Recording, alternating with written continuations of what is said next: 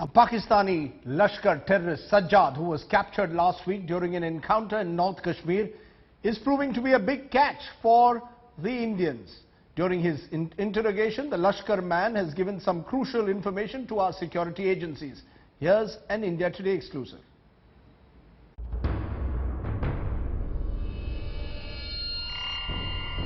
India Today has accessed exclusive footage of Sajjad's interrogation being done at a security forces camp in Jammu and Kashmir. एक डेढ़ रात लगती है उधर से सफर एसी कोच पे। तो इतनी दूर क्यों गए तुम? जी इतनी दूर क्यों गए? उधर ट्रेनिंग सेंटर उधर ट्रेनिंग करना। ट्रेनिंग करने गए। कैसे गए? जी कैसे गए वहाँ से घर से? Sources say Sajjad has revealed that Zakiur, Rehman, Lakhvi and Zarar Shah are the main commanders of Lashkar-e-Toiba in Pakistan. He has also claimed that he was a top member of the Lashkar and participated in different humanitarian missions of the terror group in Pakistan.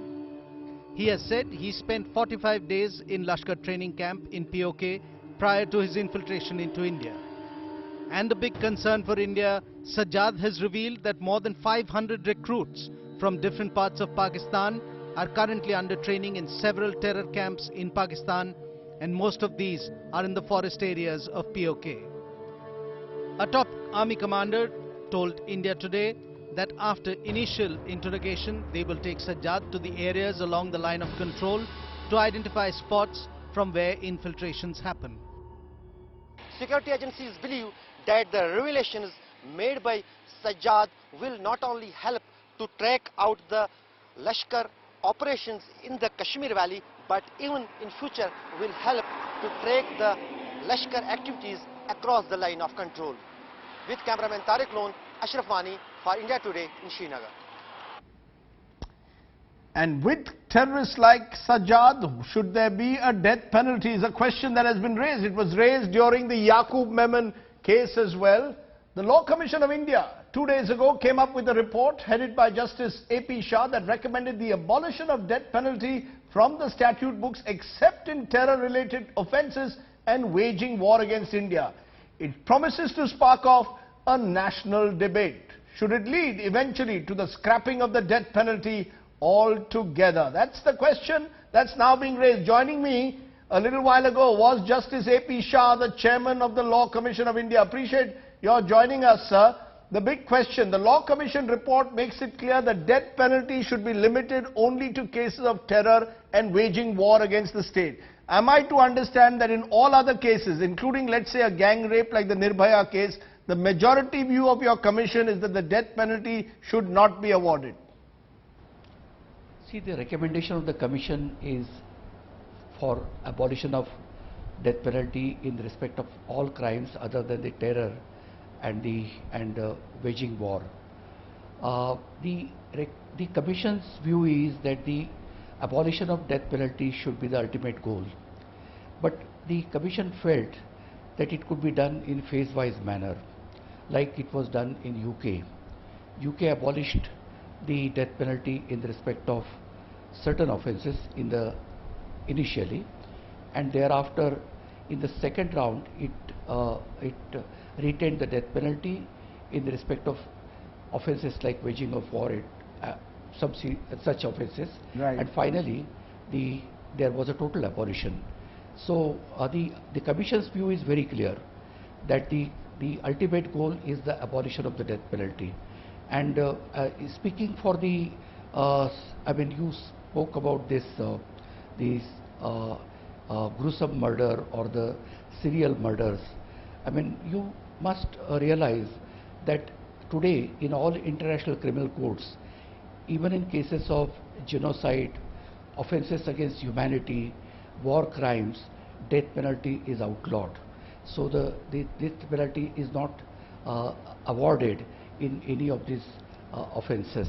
Right. And really the view of the commission is that we should move towards the abolition of the death penalty. I think that's important. You're saying that you believe that eventually we must move towards the abolition of the death penalty, yet you have said that in terror and case of war against the state, the death penalty must stay. But sir, it's precisely in these cases, ironically, that politics and an element of arbitrariness comes in. As the Yaqub Memon case showed, sir, these are the cases of death penalty that often prove the most contentious.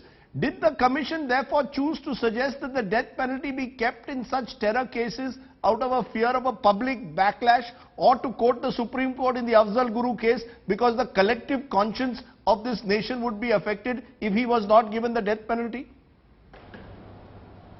No, Rajdeep, I respectfully disagree. It's not that we are apprehensive about the backlash to the report.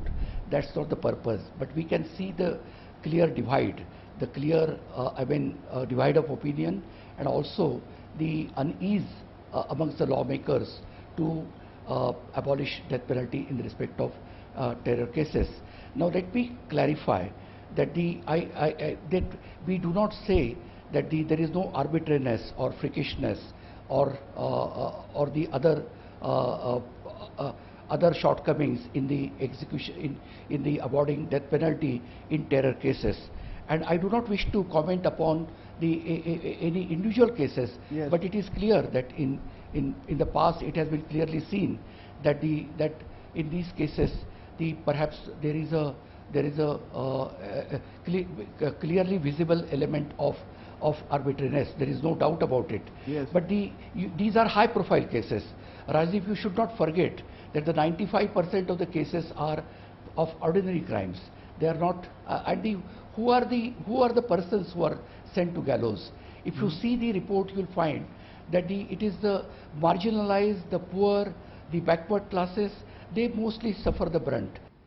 So your response then, Justice Shah, to those who are saying that death penalty must stay on the statute books because it is the ultimate deterrent to heinous crimes, is it to suggest somewhere that life imprisonment, meaning an entire life at times, is the better way forward, is the more effective deterrent?